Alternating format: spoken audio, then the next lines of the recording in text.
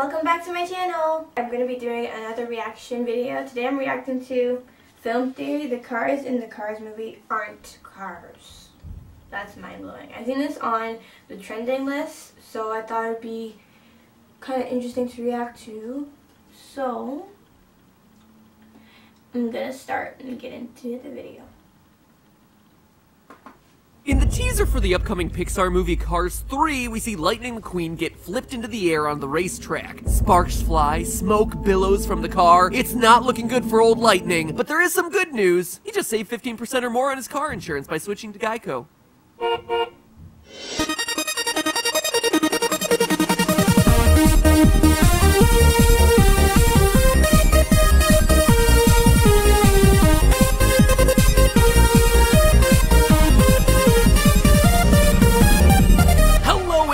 Welcome to Film Theory, the show where crazy ideas supported by detailed research always gets the checkered flag. Now, as many of you loyal theorists know, I love me some Pixar, even if I do have a strange way of showing it. And by strange way of showing it, I mean ruining your childhood memories of beloved characters. Look, I'm not the one who decided that everybody in WALL-E is a cannibal, I just pointed it out, okay? Don't kill the messenger, and then liquefy their body and drink them as creepy future food. But never fear those of you who wish to have your childhoods remain intact, because today's Pixar theory isn't gonna have some deep, dark twist. Or is it? No, it isn't. Probably.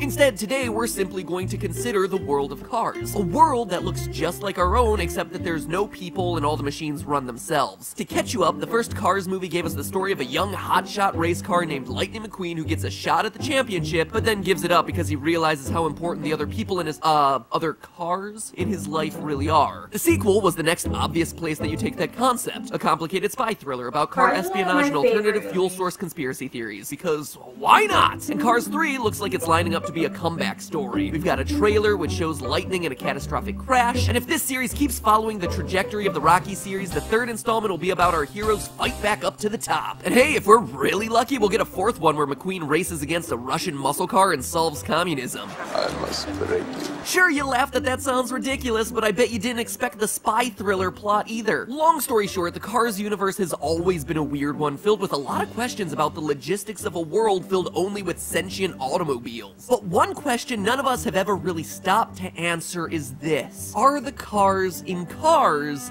really cars? I mean, sure, it's the title of the movie and they look and behave like cars, but who knows? That just may be more of mainstream media's fake news. I mean, they have eyes and tongues and there are no drivers, and let's be honest, how did a society of living cars even come to be in the first place? They're clearly on Earth, but there are no humans, so what happened? What are these creatures? I am 100% confident I figured it out, and spoiler alert, they're not cars. What started out as a simple, stupid question led me down the rabbit hole of this bizarre car-themed universe, and the answers I found will upend everything you thought you knew about Mater and the gang. And the details I find here pose some really interesting revelations about that infamous Pixar theory. A theory that you all have wanted me to cover for quite a long time. So theorists, start your search engines, because it's time to take this Cars Omni theory from 0 to 60 in about 15 minutes flat. Now, to begin, it probably merits taking a second to acquaint you with that Pixar theory. A theory that started with, as far as I can tell, online movie blogger John Negroni, which aims to unite all the Pixar movies into not just the same universe, but also come up with a cohesive timeline of events where one movie leads to the next, leads to the next. Suck on that, Marvel! Here's everyone thinking you started the whole huge connected cinematic universe thing, but Pixar's been doing it back since 1995, in a theoretical sense. So no wonder you don't have an Oscar award yet, and yet Academy Award-winning Suicide Squad does.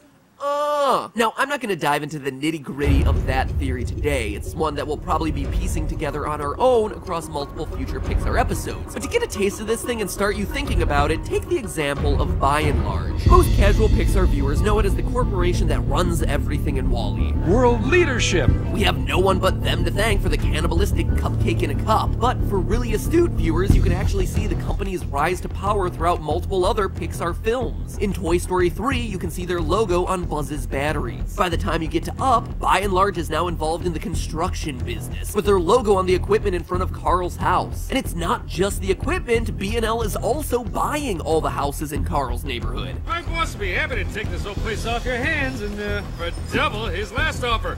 What do you say to that? And get this, it's even spreading to the Cars franchise now. If you examine the Cars 3 extended trailer frame by frame, you see the logo appear in the stadium, making it the first time by and large has appeared anywhere in the Cars movie series. Did you spot it? Here, let me slow it down for you. Still no? Here, let's go frame by frame.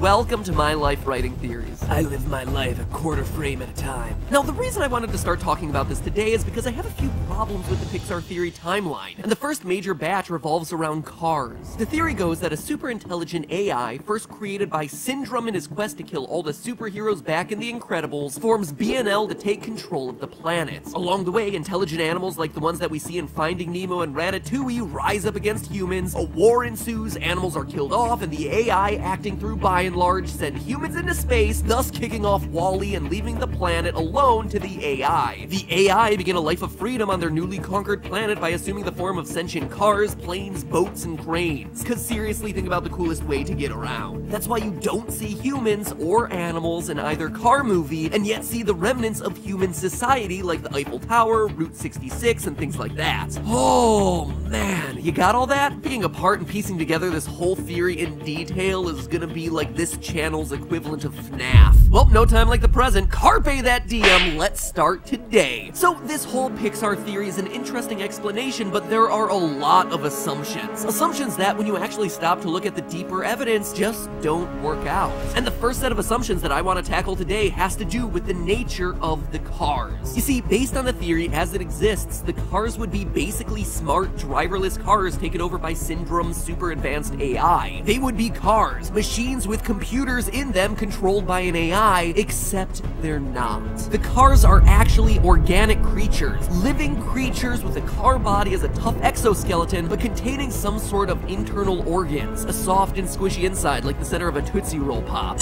You could almost equate them to that terrible monster truck movie that no one bothered to see. By the way, it's worth mentioning that thing cost $125 million to make and only earned back $60 million. Makes you almost feel bad for them. Almost. Anyway, back to the good car movies. We know that the cars are living from a bunch of different evidence sprinkled throughout the various car features. First, they breathe oxygen. In the opening of Cars 2, we see super spy Finn McMissile put on an underwater respirator in order to swim out of sight of the criminal syndicate. Later in that same movie, we see plenty of scenes of cars eating and drinking. On the plane to Japan, we see snack foods littered around the floor, things like chips and sushi, and again at the party, more sushi at the bar. And of course, the infamous pistachio ice cream bit. How about that pistachio ice cream? A scene that tells us Mater knows what pistachios are, what ice cream is, and has tasted it and enjoyed it. And sure, we see them drinking varieties of oil and gas, presumably to power their engines, but why would they actually need to ingest food products if they weren't organic in some way? Even some of the offshoot cartoons support the idea of the cars being organic creatures. In the first Tales from Radiator Springs short, we see Lightning McQueen getting a case of the hiccups.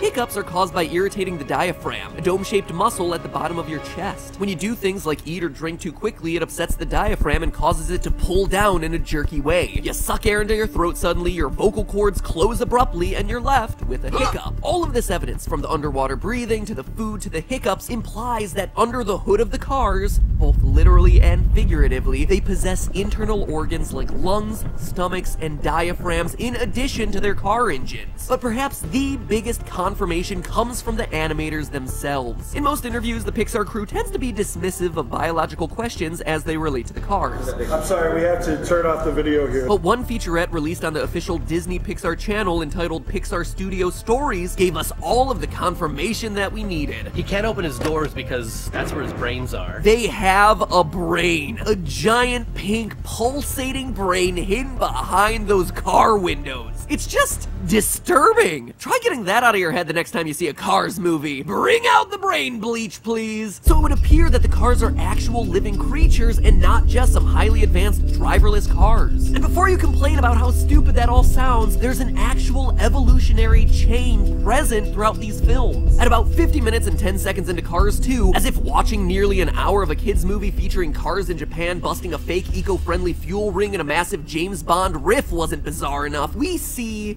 birds. Except they're not birds. They're actually mini planes. Think that was just because the Pixar team was off their meds for what seems like the entirety of this movie? Well, think again, because in another of the Tales from Radiator Springs animated shorts, you actually get VW Beetle beetles. tiny cars with insect wings that make up this disturbing universe's bug population, thus proving that the Pixar team is off their meds literally all the time, or on something else. Now, this is an important detail because it shows us that in this universe, these car-like creatures don't just become planes when they fly like the birds, but rather they can develop organic wings like those of a dragonfly. And all of this is without even mentioning the fact that there exist alien car-like species, as we see in Mater's Tall Tales UFO edition, which we know is true since Mater shows that he can in fact fly in the end of the episode. As one final detail, it's interesting to note that the rubber tires aren't part of these car creatures. In multiple parts of the series, but most notably Car 2's train scene, we see characters moving around with their tires removed. They're the equivalent of shoes for the cars, going on the feet, or in this case, rims. Suffice it to say, alien or no, these are living creatures with internal organs that are protected by a car-like exoskeleton, and with multiple differentiated animal-like species that have evolved over time, from literal boats, planes, and cranes to bug-like and bird-like animals. In short, when you look at all of this evidence, there is only one possible conclusion: that the cars in Cars aren't cars at all, but are much more likely a highly evolved form of insect. Sounds ridiculous, but think about it. Just like an insect has a hard exoskeleton made of chitin, the creatures in the Carverse have evolved a stronger exoskeleton made of various metals. Neither cars nor insects seem to possess an internal skeleton, and so in both creatures, muscles appear to be directly attached to the exoskeleton itself. An insect's exoskeleton isn't a single surface, but rather consists of multiple jointed plates, so that when an insect moves a muscle, it causes the connected exoskeleton plate pieces to move as well. It's the same style of movement that we see in the Cars. Multiple hard plates or shells moving when the internal musculature moves as well. But most importantly of all, and the piece of evidence that solidifies this, is as we saw with the VW Beetle example, some species of the Cars are able to grow wings that aren't made of metal. Instead, based on the appearance and behavior of those wings, they're made of